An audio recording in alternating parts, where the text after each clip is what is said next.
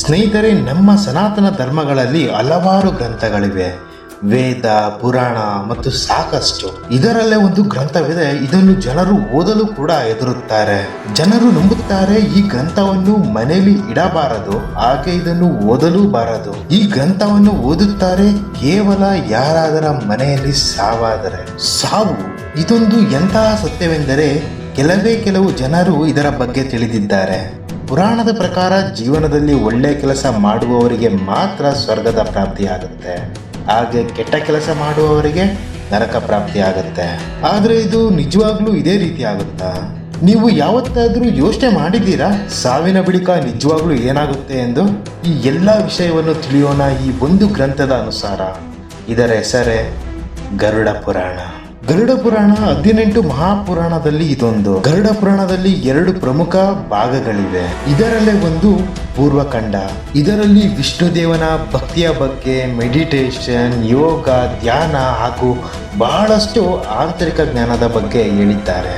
ಆದರೆ ಗರುಡ ಪುರಾಣದ ಇನ್ನೊಂದು ಭಾಗ ಉತ್ತರಾಖಂಡ ಹೇಳುತ್ತೆ ರಾಕ್ಷಸರ ಬಗ್ಗೆ, ಸಾವಿನ ವಿಚಾರವನ್ನು. ಗರುಡ ಪುರಾಣದಲ್ಲಿ ವಿಷ್ಣುದೇವನು ಹೇಳಿದ್ದಾರೆ, ಯಮದೂತ ಹಾಗೂ ಚಿತ್ರಗುಪ್ತನ ಹತ್ತಿರ ಪ್ರತಿ ಮನುಷ್ಯರ ಪಾಪ ಕರ್ಮಗಳ ಲೀಸ್ಟ್ ಇರುತ್ತೆ.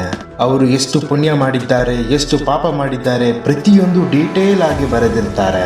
ಚಿತ್ರಗುಪ್ತರ ಸಭೆಯಲ್ಲಿ ಪ್ರತಿ ಮನುಷ್ಯರ ಪಾಪ ಪುಣ್ಯದ ಬಗ್ಗೆ ವಿಚಾರ ಮಾಡುತ್ತಾರೆ. ಇದರ ಅನುಸಾರ ಅವರಿಗೆ ಶಿಕ್ಷೆಯನ್ನು ಕೊಡುತ್ತಾರೆ. ಯಮರಾಜನ ಸಭೆಗೆ ಹೋಗಲು 4 ಬಾಗಿಲುಗಳು ಇರುತ್ತದೆ. ಯಾರು ಪುಣ್ಯ ಮಾಡಿರುತ್ತಾರೋ ಅಂದ್ರೆ ಯಾರ ಮನಸ್ಸು ಶುದ್ಧವಾಗಿರುತ್ತೋ ಅವರು ಪೂರ್ವ ಎಂದರೆ ಈಸ್ಟ್ ಬಾಗಿಲಿನಲ್ಲಿ ಹೋಗಲು ಅರ್ಹರಿರ್ತಾರೆ. ಈ ದಾರಿಯಲ್ಲಿ ಪ್ರಕೃತಿ, ಸುಂದರ ಪಕ್ಷಿಗಳು, ಹಾಗೆ ಈ ದಾರಿ ಅಮೃತದಿಂದ ಕೂಡಿರುತ್ತದೆ. ಪಶ್ಚಿಮ ಎಂದರೆ ವೆಸ್ಟ್. ಈ ದಾರಿಯಲ್ಲಿ ಐಶ್ವರ್ಯ, ಬಂಗಾರ, ವಜ್ರಗಳಿಂದ ಕೂಡಿರುತ್ತದೆ. ಈ ದಾರಿಯಲ್ಲಿ ಸನ್ಯಾಸಿಯರು, ಋಷಿಮುನಿಯರು ಹೋಗಲು ಅರ್ಹರಿರ್ತಾರೆ. ಇನ್ನು ಅವರ ಜೀವನದಲ್ಲಿ ದೇವರನ್ನು ನಂಬುತ್ತಾರೆ, ಬೇರೆಯವರಿಗೆ ಸಹಾಯ, ದಾನ, ಧರ್ಮ ಮಾಡುತ್ತಾರೋ ಅವರಿಗೆ ಉತ್ತರ ದಿಕ್ಕು ಎಂದರೆ ನಾರ್ತ್ ದಾರಿಯಲ್ಲಿ ಯಮಲೋಕಕ್ಕೆ ಹೋಗಬಹುದು. ಈ 3 ದಾರಿಯಲ್ಲಿ ಹೋಗುವ ಆತ್ಮಗಳಿಗೆ ಯಾವುದೇ ರೀತಿಯ ಭಯವಿರಲ್ಲ. ಅವರಿಗೆ ಎಲ್ಲಾ ರೀತಿಯ ಸುಖ ಅವಶ್ಯಕತೆಯನ್ನು ಕೊಡುತ್ತಾರೆ. ಯಾರ ಜೀವನದಲ್ಲಿ ಬರೀ ಪಾಪನೇ ಮಾಡಿರ್ತಾರೋ, ಬೇರೆಯವರಿಗೆ ದುಃಖನೇ ಕೊಟ್ಟಿರ್ತಾರೋ ಅವರಿಗೆ ದಕ್ಷಿಣ ಬಾಗಿಲಿನಿಂದ ಯಮಲೋಕಕ್ಕೆ ಕಳಿಸ್ತಾರೆ. ಈ ದಾರಿಯಲ್ಲಿ ಅವರ ಕೆಟ್ಟ ಕರ್ಮಗಳ ಶಿಕ್ಷೆಗಳು ಕಾಯುತ್ತಾ ಇರುತ್ತೆ. ಇಲ್ಲಿ ಅವರಿಗೆ ಧರ್ಮರಾಜನ ಅವತಾರ ಯಮರಾಜನನ್ನು ಭೇಟಿ ಮಾಡಬೇಕು. ಗರುಡ ಪುರಾಣದಲ್ಲಿ ಹೇಳಿದ್ದಾರೆ, ಬೇರೆ ಬೇರೆ ಕೆಟ್ಟ ಕಾರ್ಯಗಳಿಗೆ ಬೇರೆ ಬೇರೆ ರೀತಿಯ 28 ಶಿಕ್ಷೆಗಳಿವೆ. ಅದರಲ್ಲಿ ಪ್ರತಿಯೊಂದು ಕ್ರೂರವಾದ ಶಿಕ್ಷೆಯಾಗಿದೆ.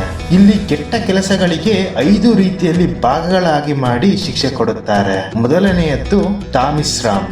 ಯಾರೆಲ್ಲ ಬೇರೆಯವರ ಆಸ್ತಿ ಅಂತಸ್ತನ್ನು ಕಿತ್ತುಕೊಳ್ಳುತ್ತಾರೋ ಅವರಿಗೆ ಯಮದೂತರು ಕಬ್ಬಿಣದ ಸರಪಳಿಯನ್ನು ಕುತ್ತಿಗೆಗೆ ಹಾಕಿ ಎಳೆದುಕೊಂಡು ಹೋಗಿ ನರಕಕ್ಕೆ ಹಾಕುತ್ತಾರೆ. ಇಲ್ಲಿ ಎಂತಹ ಶಿಕ್ಷೆ ಕೊಡುತ್ತಾರೆ ಎಂದ್ರೆ ಚಾಟಿಯಲ್ಲಿ ಅವರ ಚರ್ಮ ಪೂರ್ತಿ ಕಿತ್ತು ಹೋಗಿ ಅವನು ಜ್ಞಾನ ತಪ್ಪುವ ತನಕ ಹೊಡೆಯುತ್ತಾರೆ. ಯಾವಾಗ ಅವನಿಗೆ ಮತ್ತೆ ಜ್ಞಾನ ಬರುತ್ತೋ ಮತ್ತೆ ಇದೇ ಶಿಕ್ಷೆಯನ್ನು ಪುನಃ ಆರಂಭಿಸುತ್ತಾರೆ. ಎಲ್ಲಿಯವರೆಗೆ ಅಂದ್ರೆ ಅವನ ಪೂರ್ತಿಯಾಗಿ ಅವನ ಕರ್ಮ ಕರಗುವವರೆಗೆ. ನರಕ ಲೋಕದ 2ನೇ ಶಿಕ್ಷೆ ಕುಂಭೀಪಾಕಂ ಎಂದರೆ ಕುದಿಯುವ ಎಣ್ಣೆಯಲ್ಲಿ ಹಾಕುವುದು. ಇಲ್ಲಿ ಜನರು ಅವರ ಲಾಭಕ್ಕಾಗಿ ಬೇರೆಯವರನ್ನು ನಷ್ಟ ಮಾಡಿದರೆ, ಅವರನ್ನು ಕೀಳಾಗಿ ನೋಡಿದರೆ ಅವರನ್ನು ಕುಂಭೀಪಾಕಂ ನರಕಕ್ಕೆ ಕರೆದುಕೊಂಡು ಹೋಗುತ್ತಾರೆ. ಅಲ್ಲಿ ಬಹಳ ದೊಡ್ಡದಾದ ಬಾಂಡಲಿಯಲ್ಲಿ ಕುದಿಯುತ್ತಿರುವ ಎಣ್ಣೆಯಲ್ಲಿ ಹಾಕುತ್ತಾರೆ. ಇನ್ನು 3ನೇ ಶಿಕ್ಷೆ ರೌರವಂ ಎಂದರೆ ಹಾವಿನಿಂದ ಕಚ್ಚಿಸುವುದು. ಇಲ್ಲಿ ಜನರು ಯಾವುದೇ ಪ್ರಕಾರದ ಮೋಸ ಹಾಗೂ ಕಪಟಿಯಾಗಿದ್ದರೆ ರೌರವಂ ನರಕಕ್ಕೆ ಹಾಕುತ್ತಾರೆ. ಇಲ್ಲಿ ಕೆಂಡದಿಂದ ಕೂಡಿರುವ ನೆಲದ ಮೇಲೆ ಹಾಕುತ್ತಾರೆ. ಅಲ್ಲಿ ಆತ್ಮಗಳು ಅದರ ನೋವು ಸಹಿಸಿಕೊಳ್ಳಲಾಗದೆ ಅಲ್ಲಿ ಇಲ್ಲಿ ಅಲೆದಾಡುತ್ತವೆ. ಅವರ ಕಾಲುಗಳು ಸುತ್ತಿ ಕರಕಲಾಗುತ್ತವೆ. ಆಗ ಲಕ್ಷಾಂತರ ವಿಷಪೂರಿತ ಕೀಟಗಳು ಎಂದರೆ ಹಾವು, ಚೇಳು, ಸೊಳ್ಳೆ, ಕಾಗೆಗಳೆಲ್ಲ ಕಿತ್ತು ತಿನ್ನುತ್ತವೆ. ಇದಾದ ಮೇಲೆ ಅವನ ಶರೀರ ಪುನಃ ಕೂರುತ್ತದೆ. ಹಾಗೆ ಇದೇ ಶಿಕ್ಷೆ ಮತ್ತೆ ಆರಂಭಿಸುತ್ತಾರೆ. 4ನೇ ಭಯಾನಕ ಶಿಕ್ಷೆ ಪ್ರಾಣರೋಧ ಎಂದರೆ ಶರೀರವನ್ನು ಅಂಗಗಳಾಗಿ ಕತ್ತರಿಸುವುದು. ಈ ಶಿಕ್ಷೆ ಎಂತವರಿಗೆ ಅಂದ್ರೆ ಯಾರು ಪ್ರಾಣಿಗಳನ್ನು ಶಿಕಾರಿ ಮಾಡು ತಿನ್ನುತ್ತಾರೋ ಅವರಿಗೆ. ಈ ಶಿಕ್ಷೆಯಲ್ಲಿ ಶರೀರವನ್ನು ಅಂಗಾಂಗಗಳಾಗಿ ಕತ್ತರಿಸುತ್ತಾರೆ. ಶರೀರ ಮತ್ತೆ ಜೋಡುತ್ತದೆ. ಪುನಃ ಶಿಕ್ಷೆಯನ್ನು ಆರಂಭಿಸುತ್ತಾರೆ. ಈ ಶಿಕ್ಷೆ ಎಷ್ಟೋ 1000 ವರ್ಷಗಳ ಕಾಲ ಕೊಡುತ್ತಾರೆ. ಐದನೇ ಭಯಾನಕ ಶಿಕ್ಷೆ ತಪ್ತಮೂರ್ತಿ ಎಂದರೆ ಸುಟ್ಟಾಕುವುದು. ಇದು ಈ ಜನರಿಗೆ ನಂಬಿಕೆ ಮೋಸ, ಪ್ರೀತಿ ಹೆಸರಿನಲ್ಲಿ ಅತ್ಯಾಚಾರ ಮಾಡಿ ಮೋಸ ಮಾಡುವುದು, ಇಂಥವರಿಗೆ ಈ ನರಕದಲ್ಲಿ ಸುಡುತ್ತಾರೆ. ಸುಟ್ಟ ನಂತರ ಪುನಃ ಜೋಡಣೆಯಾಗುತ್ತೆ, ಪುನಃ ಸುಡುತ್ತಾರೆ. ಒಬ್ಬ ವ್ಯಕ್ತಿಯ ಸಾವಿನ ಬಳಿಕ ಅವನ ಶರೀರದಿಂದ ಅವನ ಆತ್ಮ ಹೊರ ಬರುತ್ತೆ. ಅವನ ದೇಹ ಕಾರ್ಯ ಮಾಡುವುದನ್ನು ನಿಲ್ಲಿಸುತ್ತದೆ. ಅವರಿಗೆ ಈ ಲೋಕ ಪರಲೋಕ ಒಂದೇ ಸಲಿ ಕಾಣುತ್ತೆ. ಯಾವಾಗ ಅವನ ಪ್ರಾಣ ಅವನ ದೇಹದಿಂದ ಹೊರ ಬರುತ್ತೋ ಅವರಿಗೆ 40,000 ಚೇಳುಗಳು ಒಂದೇ ಸಲಿ ಕಚ್ಚುವಂತೆ ನೋವುಂಟು ಮಾಡುತ್ತದೆ. ಹಾಗೆ ಈ ನೋವು ಪ್ರತಿಯೊಬ್ಬರಿಗೂ ಆಗಬೇಕಂತಿಲ್ಲ. ಯಾವ ಮನುಷ್ಯನಿಗೆ ಅವನ ದೇಹದ ಮೇಲೆ ಬಹಳ ಮೋಹವಿರುತ್ತೋ ಅವನಿಗೆ ಈ ರೀತಿಯ ನೋವು ಅನುಭವಿಸಬೇಕಾಗುತ್ತದೆ. ಸಾವಿನ ಸಮಯದಲ್ಲಿ ಯಮಲೋಕದಿಂದ ಇಬ್ಬರು ಯಮದೂತರು ಬರುತ್ತಾರೆ. ಕಪ್ಪು ಬಣ್ಣ, ಸಿಟ್ಟಿನಿಂದ ಕೂಡಿರೋ ಕೆಂಪು ಕಣ್ಣುಗಳು. ಅವರ ರೂಪ ಎಷ್ಟು ಭಯಂಕರವಾಗಿರುತ್ತದೆ ಎಂದರೆ ಸಾಯೋ ವ್ಯಕ್ತಿ ಅವರನ್ನು ನೋಡಿ ಎದುರುಕೊಂಡು ಅವನ ದೇಹವನ್ನು ಗಟ್ಟಿಯಾಗಿ ತಬ್ಬಿಕೊಳ್ಳುತ್ತಾನೆ. ಅವನ ಆತ್ಮ ವಾಪಸ್ಸು ಅವನ ಶರೀರವನ್ನು ಸೇರುವ ಪ್ರಯತ್ನ ಮಾಡುತ್ತೆ. ಆದರೆ ಸತ್ತ ಆತ್ಮಕ್ಕೆ ಅದು ಸಾಧ್ಯವಾಗಲ್ಲ.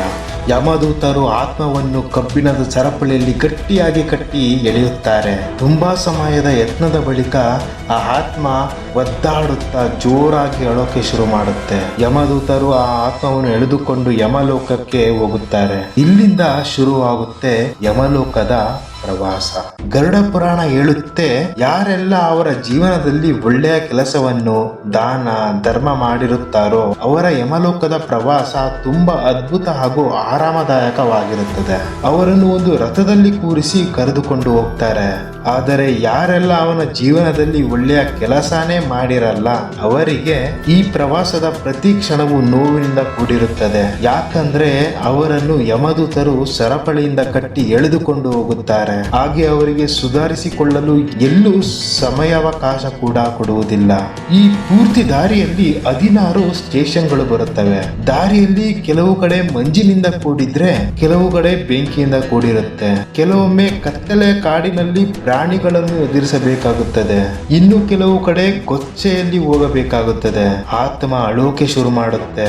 ಆದರೆ ಯಮದೂತರು ಸ್ವಲ್ಪನೂ ಕರುಣೆ ತೋರಿಸೋದಿಲ್ಲ. ಹೋಗೋ ದಾರಿಯಲ್ಲಿ ಮಾಡಿರುವ ಪ್ರತಿಯೊಂದು ತಪ್ಪನ್ನು ನೆನಪು ಮಾಡುತ್ತಾ ಕರೆದುಕೊಂಡು ಹೋಗುತ್ತಾರೆ. ಈ ಎಲ್ಲಾ ಶಿಕ್ಷೆಗಳ ಕಾರಣವಿರುತ್ತೆ ಕರ್ಮಗಳನ್ನು ತೊಳೆಯುವುದು. ಮನುಷ್ಯನಿಗೆ ಅವನ ಹಿಂದಿನ ಜನ್ಮದ ಕರ್ಮಗಳಿಗೆ ಮುಕ್ತಿ ಕೊಡುವುದು, ಈ ಆತ್ಮವನ್ನು ಶುದ್ಧಿ ಮಾಡುವುದು. ಯಾವ ವ್ಯಕ್ತಿ ಎಷ್ಟು ಪಾಪ ಮಾಡಿದ್ದಾನೆ ಅವನಿಗೆ ಅಷ್ಟು ಶಿಕ್ಷೆ ಸಿಗುತ್ತೆ. ಹಾಗೆ ಎಷ್ಟು ಪುಣ್ಯ ಮಾಡಿದ್ದಾರೋ ಅಷ್ಟು ಸುಖ.